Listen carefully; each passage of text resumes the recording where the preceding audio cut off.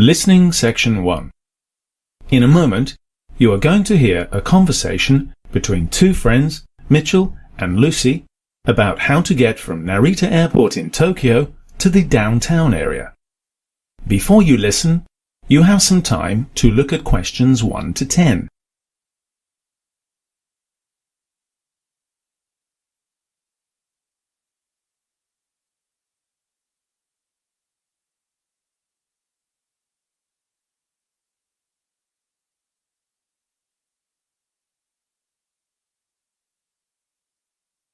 As you listen to the conversation, answer questions 1 to 10. Hi, Lucy. Hi, Mitchell. How's things? Oh, pretty good. How about you? I'm a bit stressed, actually. Oh, really? Why is that? Because I'm going to Tokyo soon, but I've never been to Japan before, and I'm worried I'll get lost. Oh, I wouldn't worry too much about that. I used to live in Tokyo, and the transport system is quite straightforward. Really? That's great. Maybe you can give me some directions then. Sure. Where do you need to go? I'll be landing in Narita Airport around lunchtime, and I need to find out how to get to my hotel. That should be fairly straightforward. There are 2 terminals in that airport, and there's a train station at each one. So I would recommend taking the train. Do I need to learn some Japanese phrases to use the train system? It might be helpful, but I don't think that's necessary. Oh, that's good. I don't think I'm good enough at languages to learn much before my trip. I would just forget everything. All you need to do is find the Skyliner station. This train will take you to Nippori Station. From there, you can change to the Tokyo Metro system.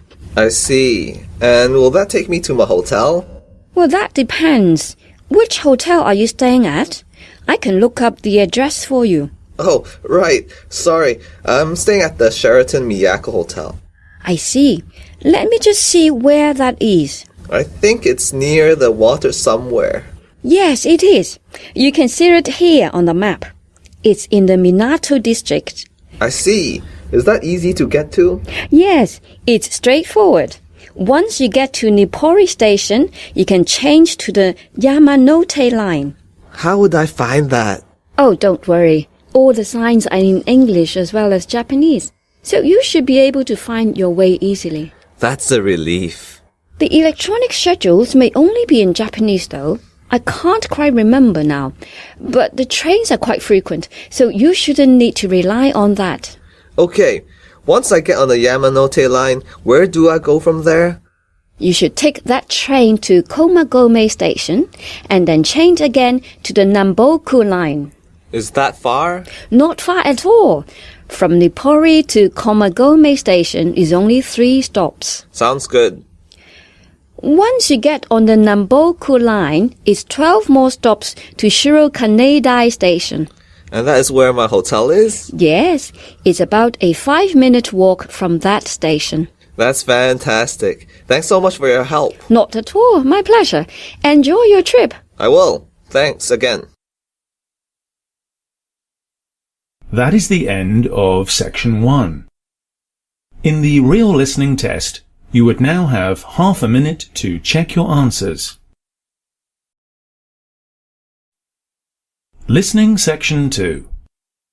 In a moment, you're going to hear a talk given by Mr. John Smith about his first job in the British Army. Before you listen, look at questions 11 to 20.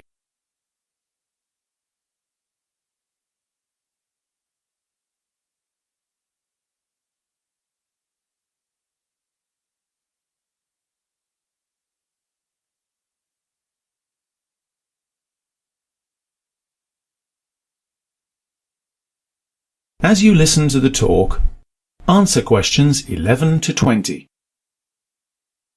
My first job was in the British Army. This is 25 years ago now.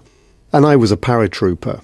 And I was in the Army for 6 years. And it made such an impression on me, being a paratrooper, that sometimes I still dream about parachuting. I can still remember one incident, and this was flying in a huge transport aircraft. There were 64 paratroopers stuck in this aircraft, and they couldn't move because they're each carrying about 100 pounds of equipment and parachute. So you're just strapped in the chair in this tiny little seat, and you're flying for hours and hours and hours, and it's nothing like flying with Cathay Pacific. It's the complete opposite. The interior of the aircraft is very, very noisy. No conversation is possible. And everything at night is illuminated with an eerie red glow, and all you can hear is the thunder of the engines. You can't do anything, you can't eat, you can't talk, you can't even go to the toilet for up to 4 hours. We do long flights to give the air crew and navigators the chance to train. I can remember looking out of the window one twilight in the gathering night, and I could see I was looking up at the tops of the mountains. We were actually flying so low. We were flying through the valleys in a mountainous area in Scotland, and I was really afraid. The aircraft was jumping around and being buffeted because it was very low, and after these long hours, you're just waiting for the order to go, and then finally you see activity. The air crew start running. They run over bodies because there's no space left, so they step on your lap and they step on your equipment, and you can see the jump master opening the door, and your heart is really beating at this stage, and he looks out and I can't see a thing. It's just jet black. This is a night parachute descent to give soldiers practice in jumping at night. And then the door opens wide, and I remember seeing a sheet of rain. Now this rain is not falling vertically, it's being driven by the aircraft speed, so it's horizontal, just like a glass wall. And then you see a light flicker, a red light, and that's your order to stand up, and you hook up, and this hooking up procedure connects your parachute to the aircraft. So when you go out, this connection pulls your parachute, and you hopefully don't have to worry about anything. And then you hear this screaming, booming alarm, and this green light flashes, and you hear, "Go, go!" And you're so tightly packed that it's impossible to do anything else but go. You can't turn round at this stage. I have seen paratroopers in their fear grab onto the side of doors, and if that happens, they're just hammered away and pushed out, because every second delay means several hundred feet is covered by the aircraft, and we have to land very tightly together. So out you go, and there's this great rush of sound, and you're soaked by the rain that's being driven past you at speed, and you tumble in the air, and this procedure is just a few seconds, but it seems like a lifetime. In slow motion, you can see this parachute being pulled out behind you, and your stomach is in your mouth, and your feet are over your head as you tumble around on the end of this line, and then suddenly, with a soft crack, the parachute opens above your head, and you can see it silhouetted against the night sky, and everything is calm and quiet, and you float down through the night towards the gathering ground. That is the end of section 2. In the real listening test, you would now have half a minute to check your answers. Listening section 3. In a moment, you are going to hear a discussion between 3 colleagues, Caroline, Chris and Richard. They are talking about a new course that Chris is taking. Before you listen, look at questions 21 to 30.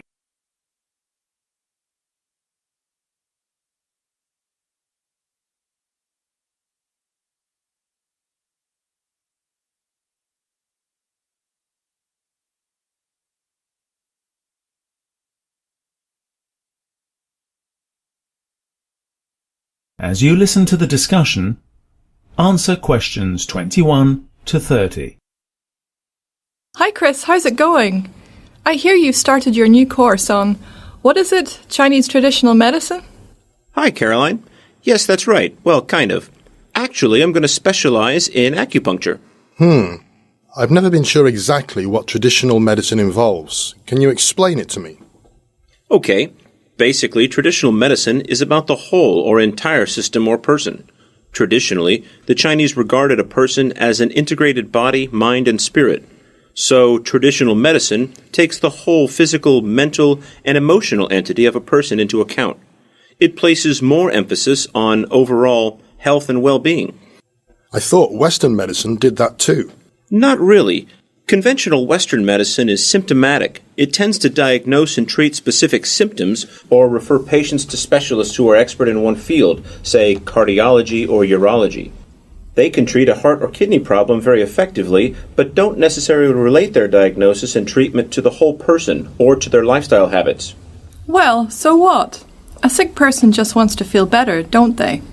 If I go to the doctor with a pain, I want it alleviated and cleared up quickly. Ah, I think I understand. Maybe a doctor prescribes painkillers, but the root cause of the pain may still be there. Isn't that right, Chris? Yes, exactly. Traditional medicine aims to prevent the causes. It's preventative rather than reactive. Okay, I think I understand that. But tell us some more about acupuncture. I've seen it done, and I can't believe that the person can't feel those great big needles sticking in them. And some people get it done even when they're not ill. Isn't that right? Well, yes, because of the difference in attitudes. Acupuncture is a type of traditional medicine in that it works on the whole body's energy system. Traditional Chinese doctors believe that symptoms and illnesses reflect a blockage or imbalance in the energy channels. The doctor believes that if these are cleared or rebalanced, the arthritis, skin complaint, or whatever the patient is suffering from will disappear. But does it actually work? Of course. Our instructor has told us many success stories where people who have been suffering for years have completely recovered from all kinds of illnesses: migraine, arthritis, drug addiction, high blood pressure, bronchitis, you name it. And what does the doctor do when you first visit? Stick you full of needles on the spot? No, let me tell you. Been to a traditional medicine practitioner before, so I know. She had a long chat with me on my first visit, looked at my eyes, tongue colour, took my blood pressure, and told me to stop drinking coffee. Why, for goodness sake? It seems I had damaged kidneys, and the coffee was making them worse, and this emerged as a nagging backache, which was why I'd gone to see her in the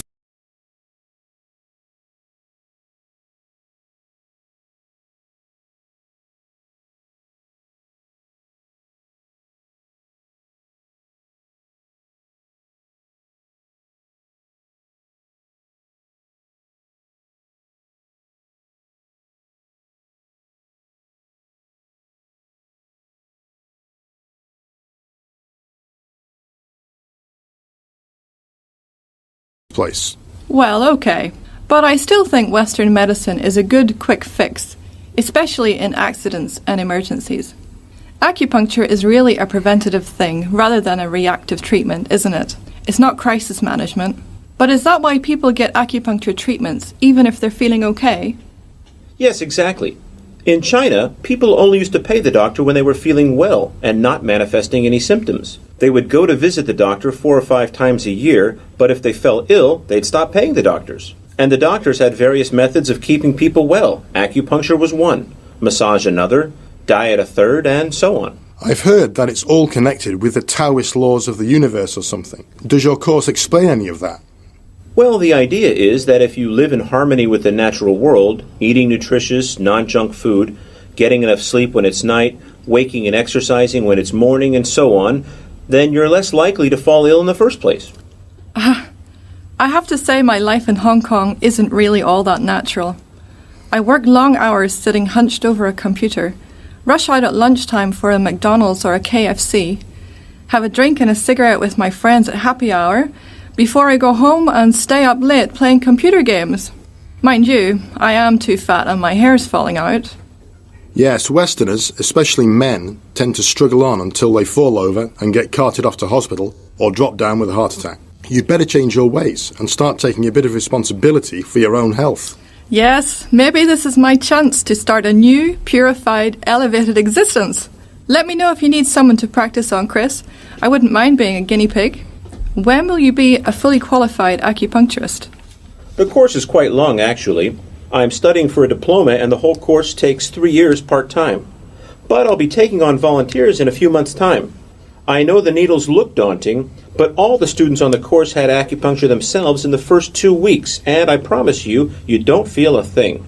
Unless they're attached to an electric current, of course. I might be interested in studying a little bit about it too. Can you give me some reading recommendations and some details about the course? Can you do a shorter one in traditional medicine and healthy living in general? I'm not sure, but I can give you the contact details of the college. Now I've got to go to class. See you around. Yes, bye. I'll phone you in a week or two to find out when you can start working on me. And in the meantime, I'll try to stop smoking. That is the end of section 3. In the real listening test, you would now have half a minute to check your answers. Listening section 4. In a moment, you are going to hear a lecture given by Ms. Christine Burns about different ways of evaluating educational programs. Before you listen, look at questions 31 to 40.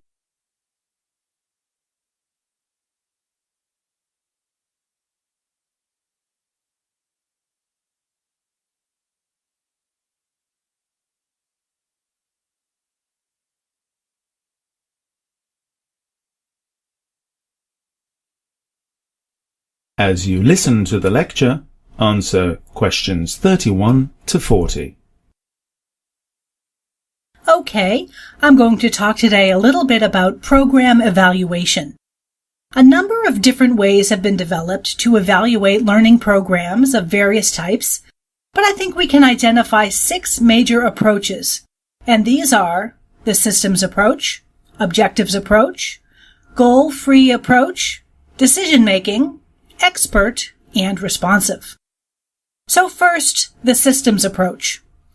This approach focuses heavily upon economic factors that influence program planning, and the emphasis is on hard, quantitative data, which is then used to judge the success of the program in cost-benefit terms rather than in terms of the quality of the process within the program.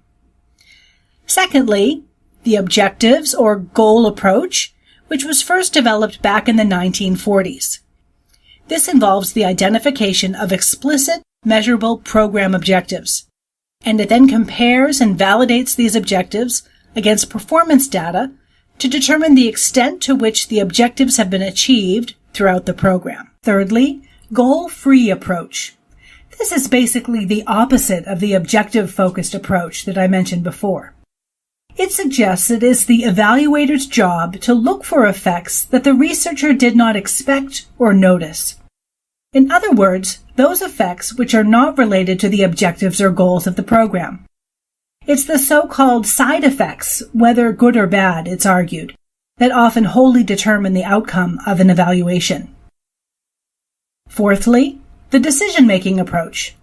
The aim of this is to assist administrators of a program in making informed decisions regarding improvements that need to be made to a program.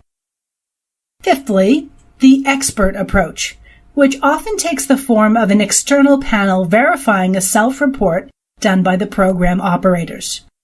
It's based on the idea that evaluators have particular expertise in the area of the program which they are evaluating. And lastly, the responsive or participative approach. This seeks to understand a program from multiple perspectives of all those people who are involved in running the program. It aims to respond to the needs and questions of a non-specialist audience by understanding the program from different perspectives. It's a less formal, client-centered approach that's based on equity and fairness, that's designed to be responsive to the realities of a program and the views and perspectives of the program's stakeholders. The decision-making and planning, as well as the execution and reporting, are shared amongst all those involved in the project being evaluated. That is the end of section 4. In the real listening test, you would now have half a minute to check your answers. That is the end of practice test 1. At the end of the real test, you would have 10 minutes to transfer your answers to the listening answer sheet.